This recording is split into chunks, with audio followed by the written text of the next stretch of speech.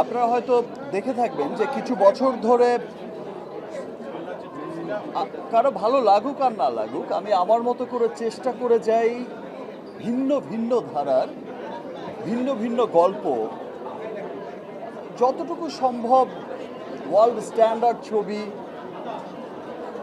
আপনাদের সবার সামনে প্রেজেন্ট করতে। যতটুকু সম্ভব আমি আমার কাজ দিয়ে, আমি আমার আশপাশের সবাইকে সাথে নিয়ে আমার চলচ্চিত্র, বিশ্বমানের চলচ্চিত্র বিশ্বের দরবারে পৌঁছে দেওয়ার জন্য, বিশ্বব্যাপী পৌঁছে দেওয়ার জন্য ছোট্ট ছোট্ট প্রয়াস সবসময় করে যাই, ভিন্ন ভিন্ন গল্প করে যাই। প্রিয়তমা যখন করেছি তখনও একটা গ্রুপ বলেছে, কেউ কেউ বলেছে আমাকে যে ভাই বৃদ্ধ লোক সিনেমা চলবে না, কখন flop, evergreen hit cinema. সেই ভিন্নতা মানুষের পছন্দ হয়েছে। যখন এসে তুফান করেছি, রাফির প্রথম অ্যাকশন ওরিয়েন্টেড ফিল্ম, এরকম hardcore action film, romantic film তো cut to super duper action film. So তুফানও সুপার ডুপার ব্লকবাস্টার ফিল্ম হয়েছে। যখন এসে বরবাদ করেছে, যে ভাই শুধু ড্রাগসই নয়, শুধু কোকেনই খায়, সমাজ ধ্বংস হয়ে যাবে, এই হবে সেই হবে, সিনেমা চলবে না একদিনও। বরবাদও আপনারা দেখেছেন যে সুপার ডুপার ব্লকবাস্টার একটা সিনেমা হয়েছে। আর এবারও আমি ছোট্ট একটা চেষ্টা করেছি আমি সবাইকে সাথে নিয়ে। আর স্পেশাল থ্যাঙ্কস যাদের জানাবো, সান মোশন পিকচার্স, দ্যাট মিনস অজয়দা আমার পাশেই আছে। অজয়দা বা তাদের প্রোডাকশনের সম্পর্কে বলার কিছুই আর অবকাশ রাখে না। তারা সবসময়ই খুব ভালো ভালো সিনেমা সবাইকে উপহার দিয়ে যাচ্ছে। অ্যান্ড থ্যাঙ্কস অজয়দা, আমাকে বিশ্বাস করে এত চমৎকার একটা সিনেমা বানিয়েছেন, রকস্টার। আমার মনে হয়েছে যে আমি একটা ভিন্ন ধারার, ভিন্ন জনারায় কাজ করতে চাই, যেই জনারার মধ্যে কোনো বন্দুক থাকবে না, কোনো একদম মেশিন গান, মোটর গান, এগুলো সব কিছু জনারা থেকে বেরিয়ে এসে আমি একটা ভিন্ন জনারার একটা স্টোরি নিয়ে, একটা একটা পরিবারের স্টোরি নিয়ে, একটা মিডল ক্লাস, একটা আপার মিডল ক্লাস, একটা আপার ক্লাসের বাচ্চার যে ক্রাইসিস, সেই মানুষগুলোর কি দুঃখ, কি বেদনা, কেমনভাবে তাদের জীবনযাপন। মানুষ শুধু টাকা পয়সা বা আপনারা দেখেছেন হয়তো সিনেমায় যে অনেক বৃত্তশালী হলেই, খাবারের অভাব না থাকলেই যে মানুষ সুখী হয়, তা কিন্তু না। সো পারিবারিক বন্ধনটা খুব দরকার হয়। এবারও সিনেমায় অনেক রকমভাবেই ড্রাগস দেখানো হয়েছে, কোকেন দেখানো হয়েছে। আপনারা বিশ্বব্যাপী রকস্টারের লাইফস্টাইল অনেকটা ওই রকমই দেখেছেন, এইখানেও দেখেছেন এখনকার সমাজ যেখানে যাচ্ছে। আসলে লাস্ট সিনেমার এই সিনেমায় যারাই বলেছে যে শুধু ড্রাগস দেখানো হয়েছে, কোকেন দেখানো হয়েছে, আমি কোকেন না দেখালে বা ড্রাগস না দেখালে ড্রাগসের যে ক্ষতিকারক প্রভাব, ড্রাগস যে মানুষকে ডিস্ট্রয় করে দেয়, তার ফ্যামিলিকে ডিস্ট্রয় করে দেয়, সমাজকে ধ্বংস করে দেয়, তার জীবন থেকে জীবন কেড়ে নেয়, এই ভালো মন্দের পার্থক্যটা বোঝাবো কিভাবে? ড্রাগসকে দেখিয়েই তো তার ক্ষতিকারক প্রভাবটা বোঝাতে হয়েছে। এই গল্পে এত চমৎকার চমৎকার গান দেখানো হয়েছে, একটা উত্তর দিই তারপরে আবার দিচ্ছি। এত চমৎকার চমৎকার গান শোনানো হয়েছে, এত চমৎকার চমৎকার ভিজুয়াল দেখানো হয়েছে। আমি আসলে এত চমৎকার ভিজুয়ালের সিনেমা, এত পরিচ্ছন্ন সিনেমা আমি আমার ক্যারিয়ারে আর এর আগে দেখিনি কখনো। এটা একটা নতুন জনারের সিনেমা। এটা যারা অ্যাকশন ওরিয়েন্টেড থেকে বেরিয়ে এসে একটি গল্পের, একটি সুন্দর, একটি রোম্যান্টিক, একটি ফিলের সিনেমা দেখতে পছন্দ করে, তাদের এই সিনেমাটা খুব ভাল লাগছে। এবং অনেকে, আমি রিভিউগুলো দেখছিলাম কিছুদিনের, সেখানেও আমি দেখতে পাচ্ছিলাম যে তার মধ্যে রিভিউ নিয়ে কথা বলতে একটু আগে বলে নেই যে একজন বিশিষ্ট হল মালিকের রিভিউ আমি দেখলাম, যে এই সিনেমা হল মালিক আক্ষেপ করেই বলছেন, এবং খুব বড় একটা হল তাদের বগুড়ায়, খুব চমৎকার সিনেমা হল করেছে। সো সেই সিনেমা হল মালিক বলছে যে ফার্স্ট ডে ফার্স্ট শো তো কোরবানি ঈদে মহিলারা দেখতে আসে না, কোরবানির ঈদ কোরবানি থাকে। একটা সিনেমায় পজিটিভ নেগেটিভ রিভিউ হয়, শুধুমাত্র নেগেটিভ নেগেটিভ রিভিউ কেটে কেটে কেটে কেটে কেটে কেটে শুধু নেগেটিভ রিভিউ প্রচার করলো প্রথম দিন, এর ব্যাপারটা বুঝলাম না। এই আক্ষেপটা কার প্রতি? আক্ষেপটা কি আমার প্রতি? এই চক্রান্তটা কার প্রতি? আমার প্রতি? এই চক্রান্তটা কার প্রতি? সান মোশন পিকচারের প্রতি, না রুশোর প্রতি, না আমার অন্যান্য কোনো আর্টিস্টের, আমার নায়িকাদের প্রতি? কার প্রতি আমি বুঝলাম না। নাকি বাংলা সিনেমার প্রতি?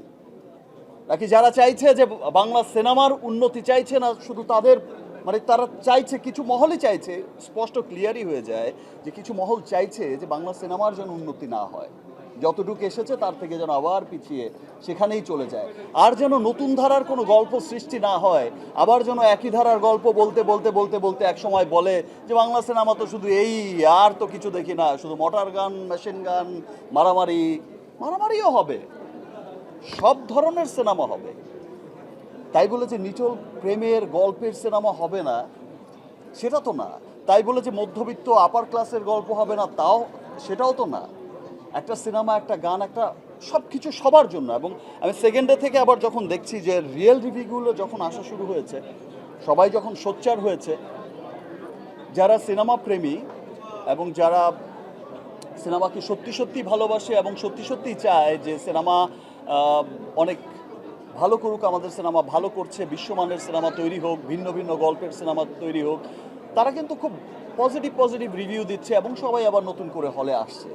তো সেই বিষয়টাকে আমি অনেক সাধুবাদ জানাচ্ছি, সবাইকে অনেক অনেক ধন্যবাদ। এখন ওই যে হলুদ সাংবাদিক নাকি সাংবাদিক, এর আগে কিন্তু একদল হলুদ সাংবাদিককে দেখিয়েছে যখন সে ড্রাগস দিত না, কিছু দেখিয়েছে যে উদ্দেশ্য প্রণোদিতভাবেই কিছু জার্নালিস্ট শুধু শুধুই কিন্তু যেটা প্রশ্ন না সেটাই করছে, যেটা রিয়েল প্রশ্ন, আপনার মা কী করেছে, আপনার বাবা কোন মেয়ের সাথে গেছে, উদ্ভট উদ্ভট প্রশ্ন করছে। আর এখানে যেটা দেখিয়েছে যে সে তখন কিন্তু সুস্থ না, অলরেডি সে তখন কিন্তু অসুস্থ। আমি আগেই বলেছি যে ড্রাগস দিয়ে মানুষকে কতটা ক্ষতি করে, মানুষের মনুষ্যত্বকে মানুষের কাছ থেকেই কেড়ে নেয়, সেটাই কিন্তু দেখানো হয়েছে। সে কিন্তু সুস্থ ছিল না তখন। আর এটা ডিটেল ব্যাখ্যা তো বেসিক্যালি ডিরেক্টর দিতে পারবে, আমি তো আর এত ডিটেল ব্যাখ্যা দিতে পারবো না। বাট আমার কাছে যেটা মনে হয়েছে যে অসুস্থতা না দেখালে সুস্থতার মর্মটা বোঝা যাবে না, সেই জন্য হয়তো অনেক কিছু এখানে দেখানো হচ্ছে। ওকে, একটা বিষয় বলে রাখি, হ্যাঁ, সেই বিষয়টা হচ্ছে যে এই মাঝে মাঝেই তো এত এত ভাইয়া ভাইয়া করতে করতে এমন একটা কাতারে ফেলানো হয়, আমাকে মনে হয় যে আমি মোটামুটি রাজ্জাক সাহেব না হলেও প্রয়াত সালমান শাহ ওনাদের আমলেরই হিরো। আর আরেকটা বিষয় হচ্ছে যে যখন 61 এইজের মিস্টার শাহরুখ খানকে বলা দেখে, বলে wow what a look man, so young like teenage.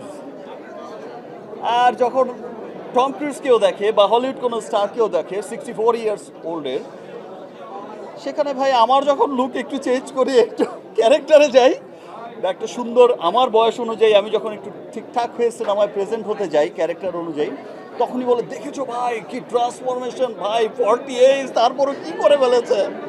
ওরা ভুলেই যায় যে ভাই 61 এইজ দেখেও তুমি বলছো যে ভাই ফাটিয়ে দিয়েছে, ভাই কি হয়েছে, ভাই কি হাজার কোটি টাকার বিজনেস হয়েছে। এনিওয়ে, এই সমস্ত লুকফুকের সমস্ত ক্রেডিট হচ্ছে আমার ডিরেক্টর আদমান রুশোর, প্রোডাকশন হাউসের। আর স্টোরি এমন না হলে লুকটাও এমন হতো না। আর সুন্দর সুন্দর হিরোইন ভাই পাশে থাকতে লুকফুক এমনিই চেঞ্জ হয়ে যায়। ক্যারিয়ারে 27 বছরে পলিটিক্সের শিকার আমি এটা বলবো না, আমি ক্যারিয়ারের প্রথম বছর থেকেই পলিটিক্সের শিকার। দ্যাট মিনস কী হয়েছে যে আমি এটাকে পলিটিক্সের শিকার ফিকারও বলি না। আমার কাছে সবসময় মনে হয় যে পাহাড়ের চূড়ায় উঠতে অনেক কষ্ট করে স্ট্রাগল করেই উঠতে হয়, আবার পাহাড়ের চূড়ায় যদি তোমাকে থাকতে হয় তাহলেও অনেক কষ্ট, অনেক স্ট্রাগল করেই থাকতে হবে। It's a part of our career. আর একজনকে জিজ্ঞেস করেছিলাম যে কী ব্যাপার, শুধু বলে নেগেটিভ নেগেটিভ নেগেটিভ রিভিউ হচ্ছে, মানে কারণটা কি? বলছে ভাই নেগেটিভ খুব খায় এখন, এই জন্য ইউটিউবাররা নেগেটিভ নেগেটিভ নেগেটিভ করছে। বাট সেকেন্ডে থেকে দেখলাম যে ভাই নেগেটিভ তো খাচ্ছে না, নেগেটিভই পিছিয়ে গেছে, পজিটিভই এগিয়ে গেছে। দ্যাট মিনস হচ্ছে দিন শেষে সত্যেরই জয় হয়। এই বছরই আরেকটা সিনেমা রিলিজ হচ্ছে সেটাও সান মোশন পিকচার্সের সোলজার। কিছুদিনের মধ্যে আমরা ক্যামেরা ক্লোজও করব, আর অলরেডি সোলজারের লুক আবার নতুন করে সোলজার হচ্ছে। সো দেশের বাইরে বাকি শ্যুটটা হবে। সো এবছরে ভেরি সুন সোলজার একটা চমৎকার একটা সুন্দর ছবি মানুষ দেখতে পাবে। সাবিলা তো ফাটিয়ে দিয়েছে বাবা, ইনফ্যাক্ট সাবিলা না মানে যার জন্য সিনেমা আর কি, কি মীরা তো পাগল হয়ে গেলাম, কি হলাম, মাগুন মাগুন ধরিয়ে দিলাম, মরে গেলাম। অ্যান্ড আর অনেস্টলি আমার এই সিনেমায় যারাই ছিল প্রত্যেকটা হিরোইন, যেমন মিথিলাকেও বলছিলাম, এত গ্ল্যামারাসলি প্রেজেন্ট করা হয়েছে, এত চমৎকার গ্ল্যামার দেখানো হয়েছে মিথিলার। ইনফ্যাক্ট সুনিধির এত চমৎকার গ্ল্যামার, আমি হলে বসেই বলছিলাম যে সুনিধির পার্টটা এত ছোট কেন ভাই, আর একটু বড় করলে তো পারতে। আমরা অ্যাজ এ অডিয়েন্স আমার মনে হয়েছে আরও বড় করা দরকার ছিল। 27 বছরের জার্নি তো আসলে খুব চমৎকার ছিল। আমি এর আগেও বলেছি, এখনও বলছি যে আমি যখন আমার ক্যারিয়ার শুরু করি, আমি ইন্টার ফার্স্ট ইয়ারের স্টুডেন্ট ছিলাম, 3 মাসের জন্য এসেছিলাম। 27 বছর কখন হলো টেরও পাইনি। কাজের মধ্যে দিয়ে এমনভাবে সময়গুলো পার হয়ে গেছে, জার্নিটা আসলে অনেক ভালো ছিল। তবে অনেক চড়াই উতরাই যে শুধু আমাদের সিনেমার মানুষ পার করেছে তা না, বিভিন্ন সময় দেশের বিভিন্ন ক্রাইসিস থাকে, বিভিন্ন কারণে আমাদের পুরো দেশই পিছিয়ে যায়, আবার তার মধ্য দিয়ে সিনেমাকে আমরা সবাই একত্রিত হয়ে যার যার সক্ষমতা দিয়ে আমরা চেষ্টা করি এগিয়ে নিতে। সো আমরা চেষ্টা করব আমাদের সিনেমা যেন সামনে আরও অনেক দূর এগিয়ে যায়, যে লক্ষ্যে আমরা সবাই কাজ করে যাচ্ছি, আপনারা সবাই কাজ করে যাচ্ছেন, এত পজিটিভলি কাজ করে যাচ্ছে। সমস্ত নেগেটিভিটি যত আছে সব নেগেটিভিটিকে পাশ কাটিয়ে আমরা সব পজিটিভ মানুষরা সামনে এগিয়ে যাব, ভালো ভালো কাজ করব, ইনশাল্লাহ আমাদের দেশের জন্য অনেক ভালো কিছু বয়ে নিয়ে আসবো। রুশোর কথা তো আমি আর কি বলবো, অডিয়েন্সই সবাই বলছে যে এত স্মার্ট প্রেজেন্টেশন। আর রুশো অলরেডি ওই টিজার যখন রিলিজ হয়েছে তখন থেকেই উঠছে, হাওয়ায় উঠছে, আমাকে উড়িয়ে দাও, সে উড়েই যাচ্ছে। রুশো থ্যাঙ্কস যে ও খুব স্মার্ট একটা ছবি, একটা সুন্দর চমৎকার একটা ছবি বানিয়েছে। যেই চমৎকার স্মার্ট প্রেজেন্টেশন আসলে এর আগে আমি কখনো দেখিনি, এবং আমি বিশ্বাস করি যে রুশো আগামীতে অনেক ভালো, যদি সিরিয়াসলি হচ্ছে ফিল্মটা মেকিং করে, ও অনেক বড় একজন ফিল্ম মেকার হবে, যেটা খুব প্রাউড করার মতো হবে। ছবির মধ্যে দিয়ে রুশো আমাকে সবই শিখিয়ে দিয়েছে। একটা পিয়ানোর গান ছিল, কেউ বুঝতেই পারবে না যে আমি বাজিয়েছি না কে বাজিয়েছে, আসলে আমিই বাজিয়েছি। অনেক প্র্যাকটিস করিয়েছে। গিটার বাজানোর গান ছিল, গিটারও বাজিয়েছি। গিটার একটা তো কিনেই দিয়েছিল আমাকে। ইন্টারেস্টিং বিষয় হচ্ছে যে আগামীকাল মানে মুক্তির এত পরপরই একটা সিনেমা, আমরা এটা আগে থেকেই দাদাদের প্রিপারেশন ছিল যে আমরা পারলে তো আমরা একসাথেই ইন্টারন্যাশনালি গ্লোবালি সিনেমা রিলিজ করতে চাই। তো এটা অলমোস্ট একসাথেই হচ্ছে গ্লোবালি, পুরো পৃথিবীময় যেখানে যেখানে স্টার্ট করতে পেরেছে যতগুলো কান্ট্রিতে, নর্থ আমেরিকা থেকে শুরু করে ইংল্যান্ডও আছে, আর অস্ট্রেলিয়ার কী কী দেশ যেন আছে। সো অনেকগুলো দেশে আগামীকাল থেকে কিন্তু গ্লোবাল রিলিজ শুরু হয়ে যাচ্ছে। আবার বিশ্বাস যে গ্লোবাল অডিয়েন্সের সিনেমাটা অনেক ভালো লাগবে। অ্যাটলিস্ট অনেকদিন পর সবার সাথে দেখা হয়েছে, দ্যাটস ওয়াই অনেক কথা বললাম।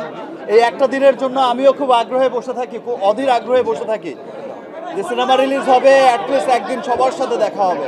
রকস্টার সম্পর্কে আমার যেমন শুধুমাত্র আমার ডিরেক্টর রুশো যেমন ব্রিলিয়ান্ট, এবং তার ওয়ার্কও ছিল brilliant work. At the same time এই সিনেমায় যারা কলাকুশলী ছিলেন, যারা শিল্পী ছিলেন, যেমন এই সিনেমায় ডিওপি ছিলেন মামুন, চমৎকার ফটোগ্রাফি করেছে। এই সিনেমায় হচ্ছে যে তারেক বাবলু যে ছিল আর্ট ডিরেক্টর, চমৎকার করেছে। আমার যে কস্টিউম সাফিয়া সাথী করেছে। তো যারাই ছিল প্রত্যেকটা সেকশন, ইনফ্যাক্ট মিউজিক সানি চমৎকার মিউজিক করেছে, নীরব, তো প্রত্যেকেই যে এত ভালো ওয়ার্ক করেছে। আমার আজ তো একটা লিস্ট লাগবে সবার কথা যদি বলতে যাই। এই সিনেমার শিল্পী যারা ছিলেন, প্রত্যেকটা ক্যারেক্টারে যারা যারা ছিলেন, তারেক ভাই চমৎকার অ্যাক্টিং করেছে। আমার রোজিয়াপা, আমার মা এত চমৎকার অ্যাক্টিং করেছে। তাছাড়াও প্রত্যেকটা ক্যারেক্টার, আমার দাদি দিলারা ম্যাডাম, তারপর আসলাম, সো প্রত্যেকটা মানুষ অসম্ভব ভালো করেছে। সবাই ভালো করেছে বিধায় কিন্তু সিনেমা ভালো হয়েছে। ইনশাল্লাহ আবার দেখা হবে, আবার একটা চমৎকার সিনেমা নিয়ে দেখা হবে। আবার এবছরই দেখা হচ্ছে ফেস্টিভ ছাড়া সোলজারের সাথে। Thank you.